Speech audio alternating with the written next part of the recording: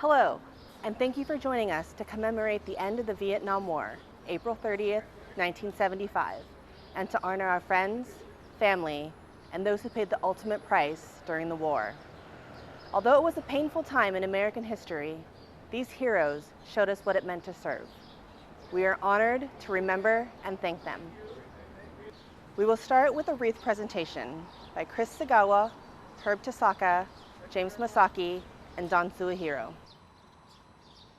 Thank you, Chris, Herb, James, and Don.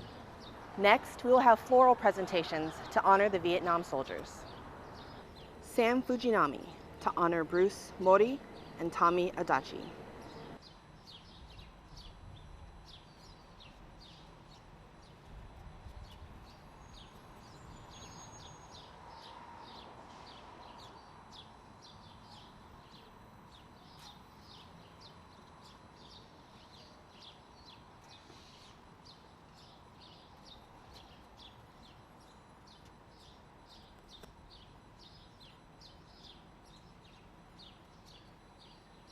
Kyo Fukumoto to honor all who died.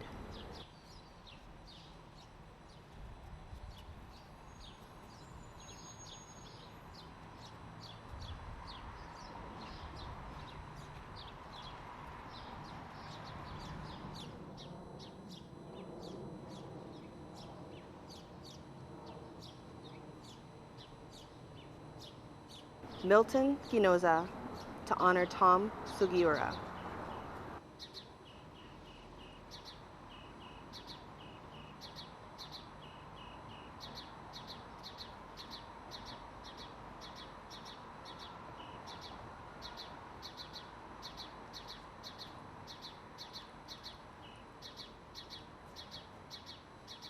Kristyn Hayashi to honor Yoshiiwa Nagato.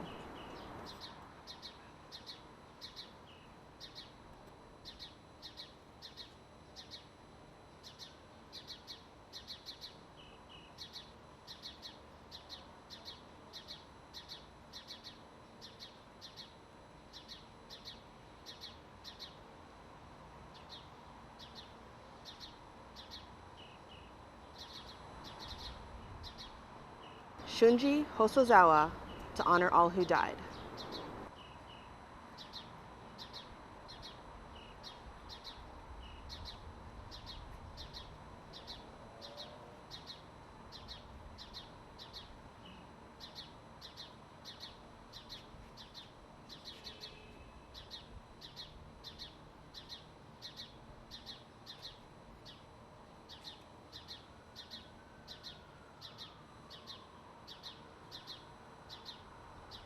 Kenji Inomata to honor Carlton Price.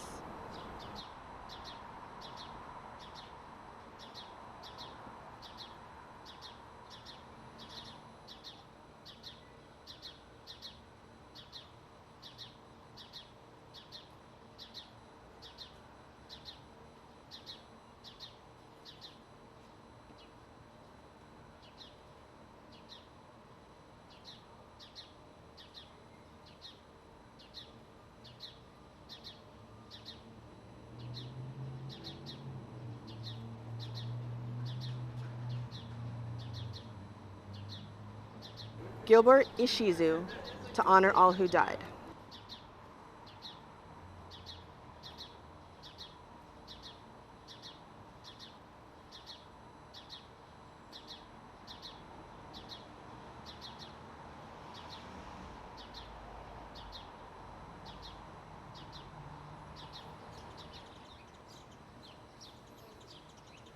Leroy Kawai to honor Glenn Nishizawa.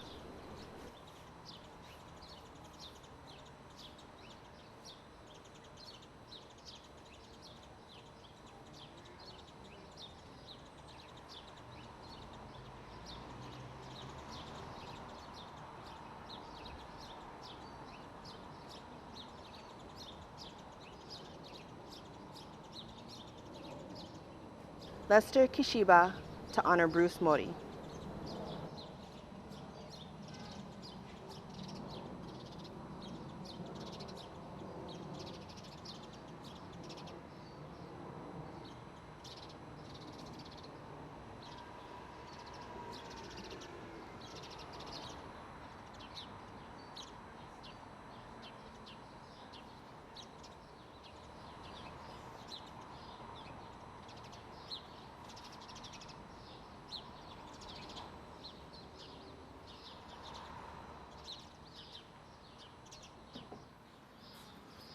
Jack Liu to honor Dennis Maruki and Don Sairizi.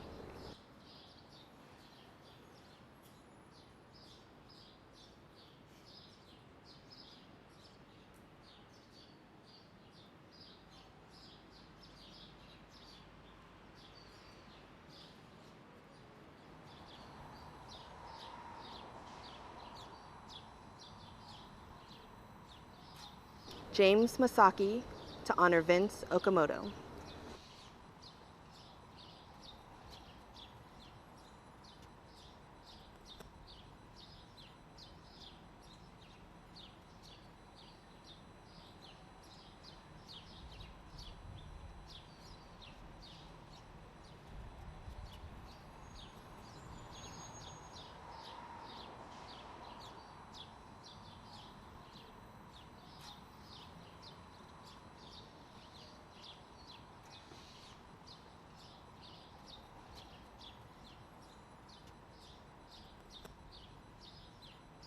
John Masaki to honor Vince Okamoto.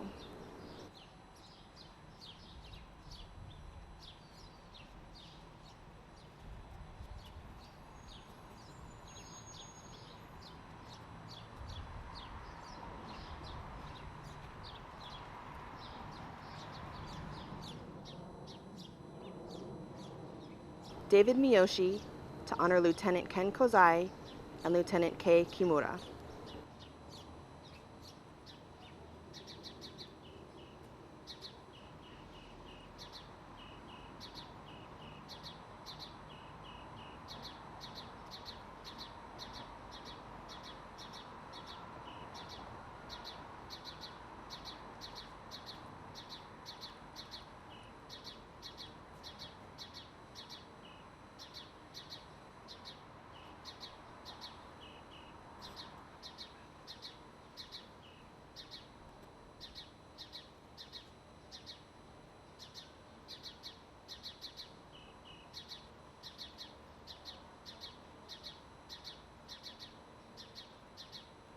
Henry Murata to honor James R. Verdi.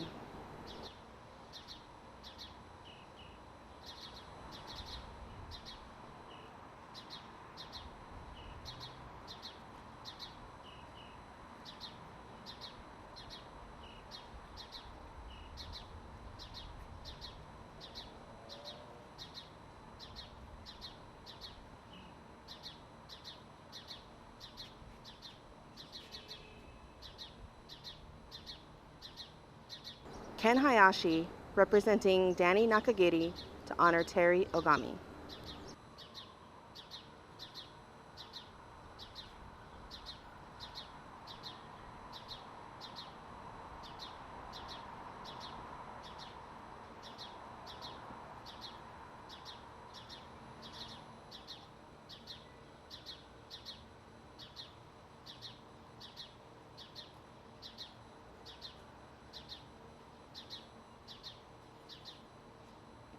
Don Nakamura to honor Charlie Weitzel.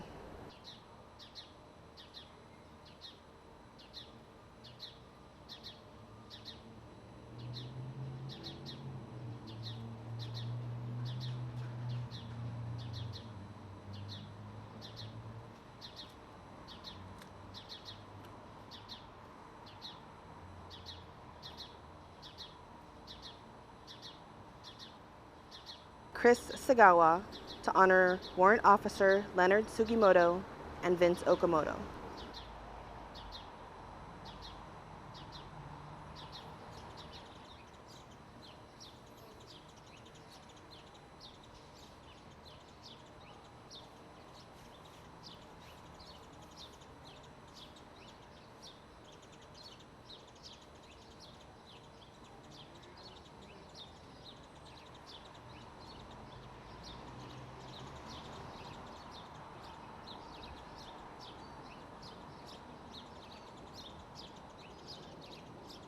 Ron Shintani to honor Skylar Hasuike.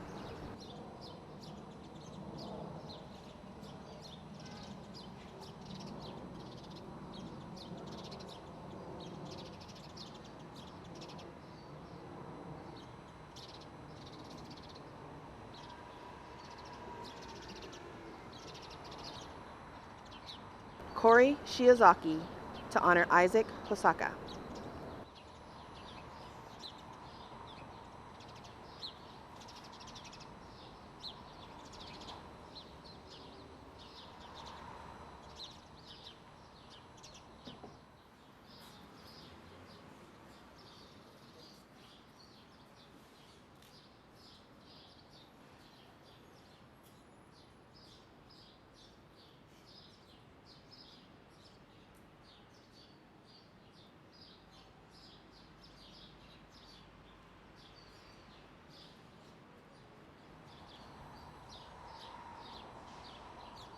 Don Suehiro to honor Rodney T. Yano.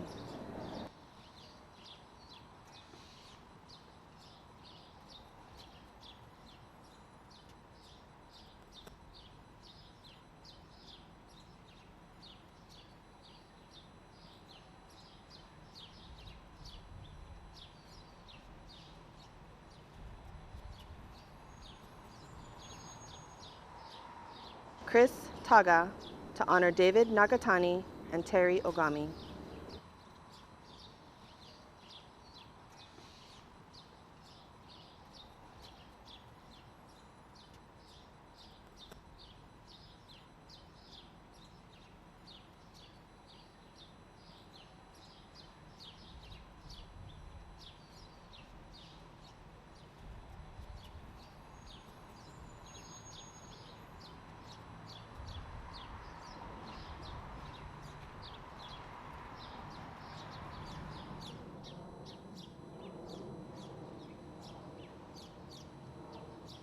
Scott Takahashi to honor Douglas Yuki and Isaac Hosaka.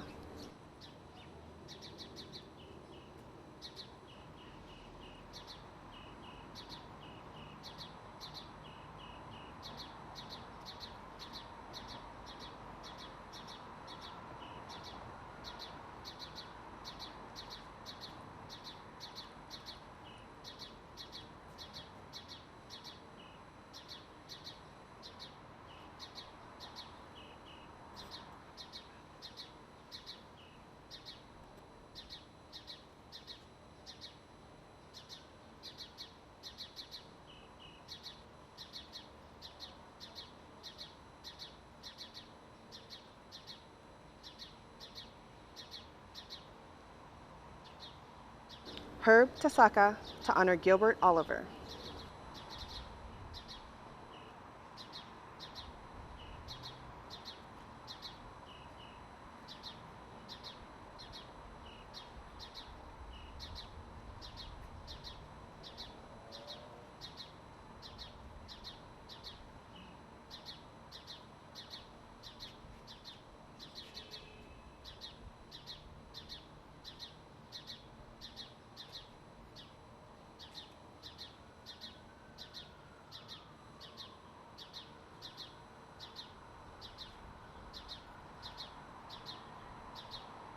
Miles Ueda to honor Major Hattori.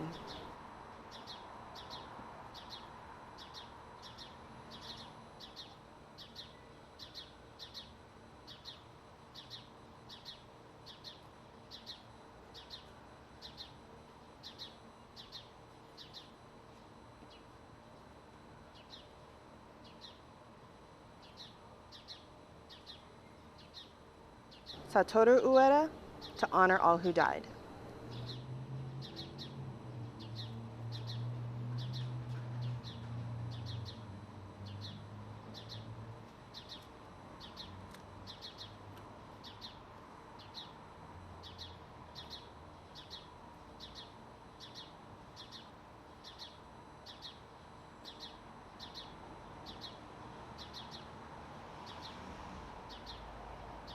This concludes the floral presentations. Thank you to all the veterans for being here to honor your friends, family, and fellow service members. In closing, I would like to thank you again for allowing us the time to honor all these heroes who gave their lives in service to this country. Let us never forget the sacrifice they made, and let us always remember the lessons learned from this war. Vietnam veterans, we appreciate you, we thank you, and welcome home. And now, David Miyoshi, Vietnam veteran and Marine Corps captain, will give a few words. Thank you guys for coming out. It's really a great just pleasure and a wonderful experience to see all of you guys, Vietnam and Vietnam era vets. Hats off to Kristyn Hayashi here for reaching out to all of you guys and just having you come together here at this court. This is a very special place, and I'll explain that. But March 29th is the official date for what they call the National Vietnam War Veterans Commemoration Day. And it's set aside to commemorate the sacrifices and the service of the men and women who served in the longest conflict in United States history. And it's the day that we recognize the service of these men and women who met the call for the United States. They served at the behest of our government. And yet, these men and women, they did not decide to go to war. And when they came back from the war, they didn't get a thank you. Fortunately, nowadays, the United States public is coming around and they are giving us thanks. And that's a good thing. For us, the Veterans Memorial Court Alliance decided we want to have our own special occasion because we want to reach out to our own Vietnam and Vietnam era vets, Japanese American vets who went off to serve their country. And this is why we invited you guys here to this place.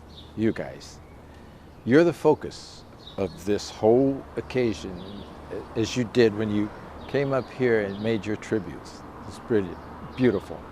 Let me quote a refrain it's well known, and you've heard it before.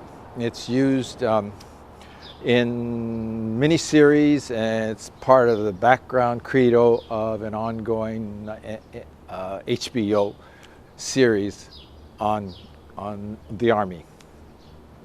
It's taken from what they call the St. Crispin speech of Henry V. Okay. When he exhorted his troops, his beleaguered English troops, fighting against the overwhelming French troops at the Battle of Agincourt, 1415. And King Henry, before going into battle, which they won, which the English won, principally because they had superior longbows. But King Henry said, "From this day until the ending of the world, but we in it shall be remembered. We few, we happy few, we band of brothers. For whosoever shed blood for me on this day shall be my brother." So it's the king. He's telling his subjects, you shed blood for me, you're my brother for eternity. And it speaks to the highest truth that the bond is the strongest amongst the human when it is forged in the pressure of combat. And so we, Japanese American veterans of Vietnam and Vietnam era, we got to remember our brothers, our own brothers, who shed their blood for their progeny, for their society, for their country, for us, our brothers who fought in America's wars, And this is why we asked you to come here, this place, because this is a special place. This is a sacred place for us at the Veterans Memorial Court Alliance, because it is the only place in the United States that has every single name of every single Japanese American who shed his blood for his country, who died for his progeny, for his community, for his country, and that's us. So I'm just honored that I could be a member of the Veterans Memorial Court, because we pledged that we would keep this ground sacred, that we will keep it maintained so that our posterity will never forget and will always remember the sacrifices that our brothers did for us, our country, our community, and us.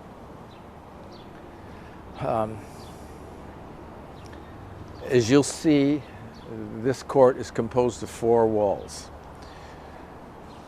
The Vietnam War Memorial was actually the first wall erected. It was erected in Memorial Day 1995. It has 117 names of heroes on it. It was the inspiration of Vincent Okamoto.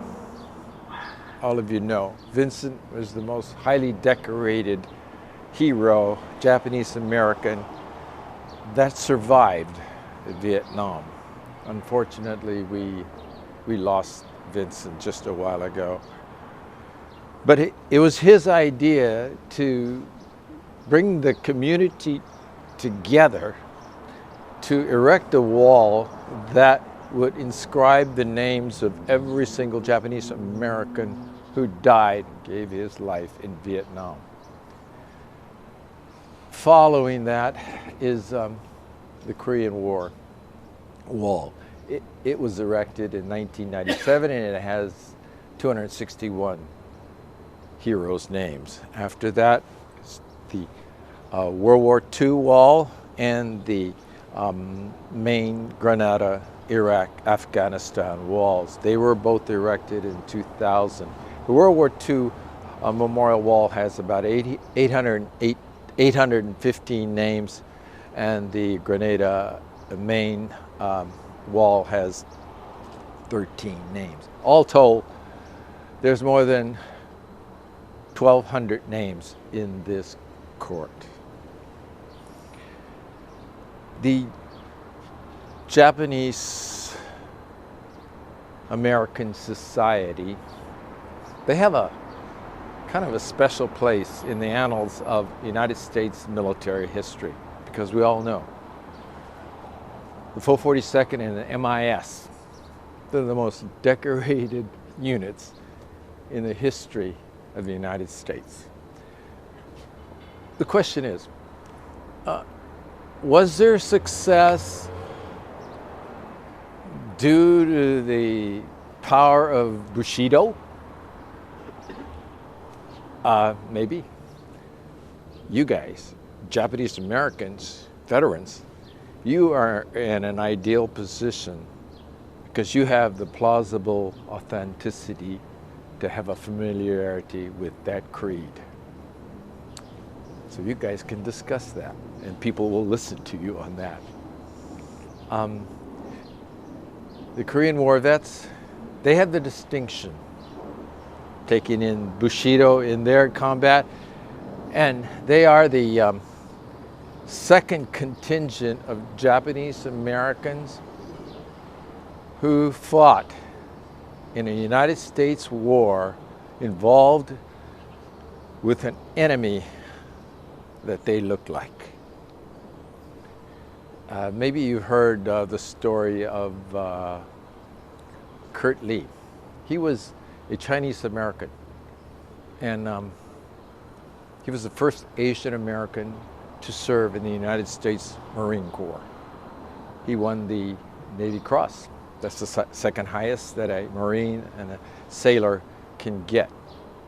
And yet he faced innumerable experiences of discrimination. It brings us to you guys and me, Vietnam vets.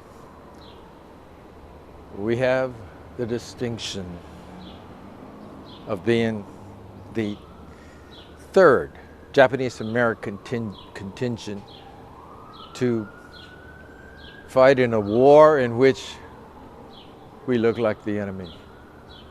We few, we happy few, we band of brothers. Maybe we could say we're band of Bushido brothers, band of Buddha-head brothers, Buddha-head Bushido brothers, whatever. But looking like the enemy leads to some awkward moments. 1995, Karen Ishizuka produced the film, and it was directed by Robert Nakamura. It was called Looking Like the Enemy. It's a film of the interview of 18 veterans from World War II, Korea, Vietnam. The film is about their experiences with discrimination in the United States services. I had the privilege of saying a few words in that film, and I'd like to share it with you here. I was a Marine. I joined the Officers Canada School. Officers Canada School is a 10-week course. If you pass it, you're an officer. If you don't, you're a buck private. It's a very challenging course. And I'll never forget the night of October 10th, 1966, 2 a.m. in the morning, when I got off that bus at the gates of Quantico, Virginia. And after 35 of us put our feet on those yellow footprints, suddenly from the black comes these three wild-eyed, crazy, gesticulating all over, spitting curses and all manner of things, saying, "Oh my God, look at the turds they're sending to our beloved Corps. Oh, yeah, dog shit looks better than you turds." And I thought, oh my God, did I make a mistake? It was the start of a tremendous trial and tribulation period for me. I'm 5'8". I'm the minimum height to enroll in Marine Corps officers program.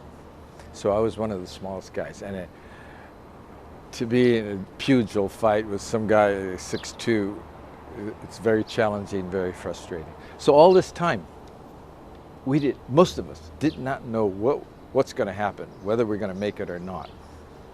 Graduation was December 16, 1966.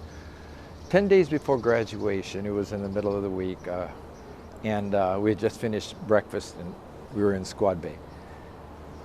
And Sergeant Keyes, platoon sergeant, he shouts out in the Squad Bay, "Candidate Miyoshi, get your butt," and he didn't say butt, and "get your butt up here." And I said, oh, what did I do? So I go up there. He throws an old M1 rifle at me, a Chinese coolie hat, and some black pajamas. Put these on. Get on that stage. I said, what? Okay, growl for me. I like, growl. God damn it, sound off, you got a pair. And I was like, ah! All right, platoon, this is what the enemy looks like. When you get to Nam, you destroy it. Do you understand?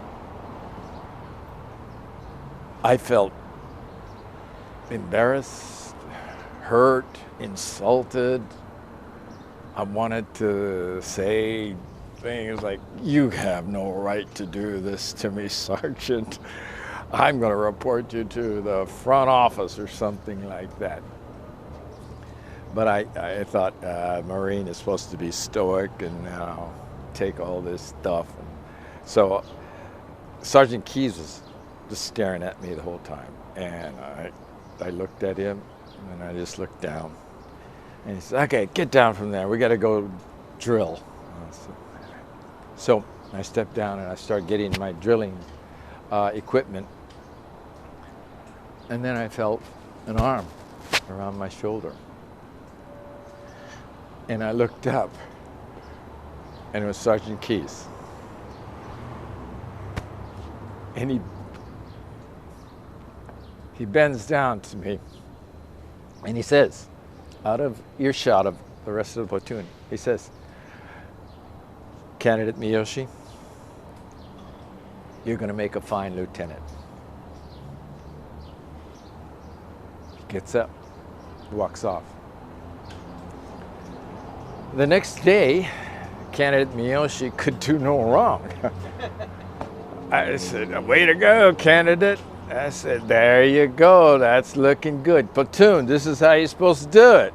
All right, hey, wonders never cease. You may make officer, we never know, you know.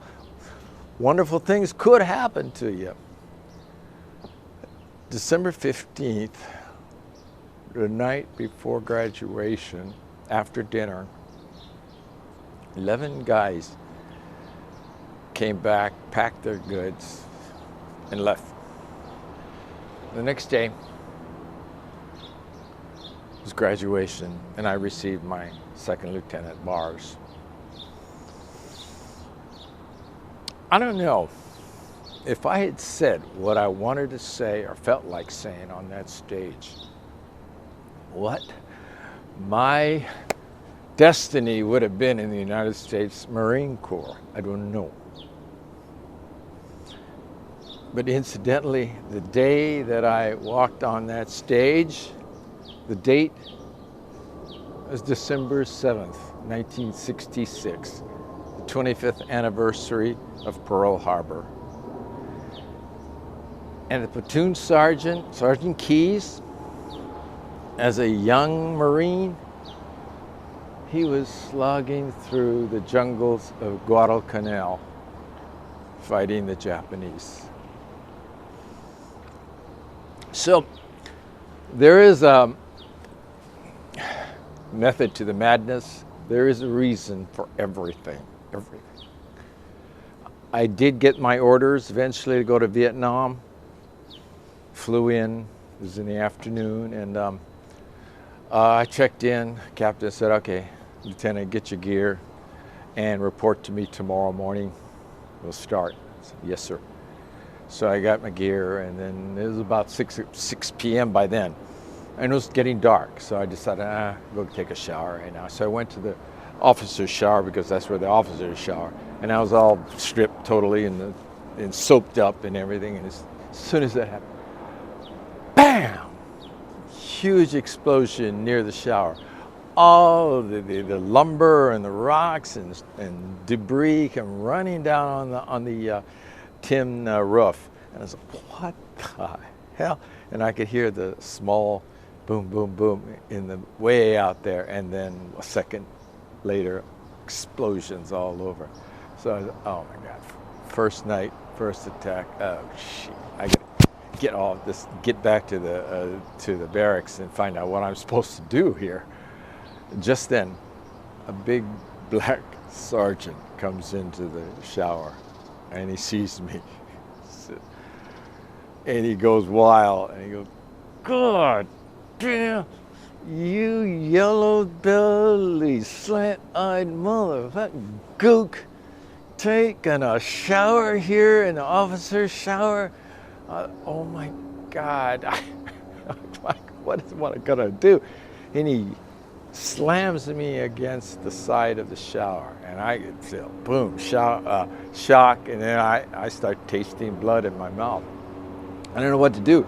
So all I could do was just shout. So I shouted, Sergeant, you touch me and I'll have you court-martialed. I am David Miyoshi, Lieutenant, United States Marine Corps. And he stopped, and he stared at me. It wasn't what I said, but it was that I said it in American English. And he just got up, he kept staring at me, and then he turned and he trotted off. And so I got all the soap off me, and I was bloody and wet and all that. And I got back to the barracks, and by that time the attack was over. The next morning, 8 a.m., Sergeant Bell was there. Salute. Lieutenant, I'm sorry about last night. And I said, Sergeant, it's okay. In this kind of a war, these things happen. Okay. We became the closest of Marines after that. Shortly after that, the captain called me in, and he says, our combined action platoon leader is rotating back to the States. We need another officer. I think with your face, they may trust you more. We're going to try you out. You're going to be out in the village, heading up the combined action platoon. Okay, that's fine. So I spent the rest of my tour leading a combined action platoon. So looking like the enemy can get you into consternation, situation of consternation, and also can lead to certain considerations for you. I survived Vietnam, barely sometimes, but the good Lord was kind to me. I came back, got an education, got a job, got in international law, what I wanted to do, travel and raise a family. Then, early 1990s, Vincent Okamoto contacted me. He says, can you help? We're trying to raise money to set up this Korean or Vietnam War memorial. And I said, hey, that's a great idea. So I started to give some help. In the course of helping him, I came across the list of the names that will be on the Vietnam Wall. And something caught my eye. I noticed there were 3 names in there that I saw before. Ken Kozai, Kei Kimura, or Roger Okamoto. I said, where did I see them? And I looked into it further. They were lieutenants in the Marine Corps. What? So I researched it more, and I found out that there was a Cliff Ishigaki lieutenant. He's a pastor in Orange County. So it was Cliff, Kay, Ken, Roger, and David. From 1966 to 1973, 5 Marine officers. Ken, Kay, and Roger did not come back. So I thought, why did I survive? And I thought about, it's a matter of 20 feet, a little bit longer than this wall. 20 feet makes the difference. It was 20 feet that mortar round hit to my right. It was 20 feet that the grenade exploded to my back. 20 feet the machine gun fire hit to my left. If those 20 feet were 2 feet, I often think maybe there would have been 118 names on this wall. I don't know. But I thank God that He provided me with almost 8 decades, whereas most of these heroes in this court barely had 2 decades. So I thought about how I could give back, you know? Why don't I just take a little bit of that 8 decades and pay tribute to these guys who gave up 6 decades so that I could have 8 decades. So, as the famous Roman philosopher Cicero says, you can make the dead alive again by remembering them. And so in that way, we can give life to these heroes. You know, the political winds. The geopolitical winds are blowing in all directions these days, but principally they're blowing toward Central Europe and Asia, actually South China Sea. Indications are soon our country will be embroiled in another conflict that will be involving an enemy that we look like. How is that going to impact our Japanese American community? Not so much us, but the younger segment of our community will be impacted. How will they do? I'm very confident they'll do very well because they did so well in the early 1940s, both militarily and back home here in the relocation camps. So I'm very confident we will do very well. But it is the future that we have to be cognizant of. I am very appreciative of you guys coming out here, taking your time, your precious time, to come out all the way here. But this is why we wanted you guys to be here, because this is a very sacred place. This is where every one of our brothers who shed blood in a United States war or battle, whatever, they're listed here. No other place in the world. So thank you. Thank you for guys. I look forward to seeing you guys at our future events like Memorial Day and Veterans Day, and we walk at the march at the Nisei Week Parade. You guys are all welcome there. It's really an eye-opening experience to march. You can hold me to that. Don Nakamura is an expert on here. If Don is still there, I don't know. But we look forward to seeing you guys there. So, hey, thanks. We'll see you guys around. Okay, have a good day. Thank you, David.